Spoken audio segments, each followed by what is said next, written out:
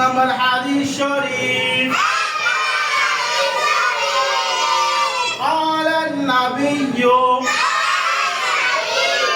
صلى الله عليه وسلم أخلص دينك يكفيك العمل القليل এক নম্বর হাদিস শরীফের অর্থ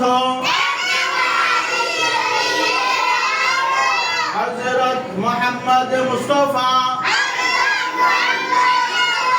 সাল্লাল্লাহু আলাইহি ওয়াসাল্লাম ফরমায়াছেন তোমার ঈমানকে খাঁটি করো অল্প আমলই নাজাতের জন্য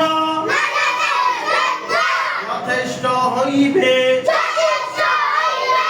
এই হাদিসটি সবাই সুন্দরভাবে কালকে মুখস্থ শোনায় দিবে, ঠিক আছে?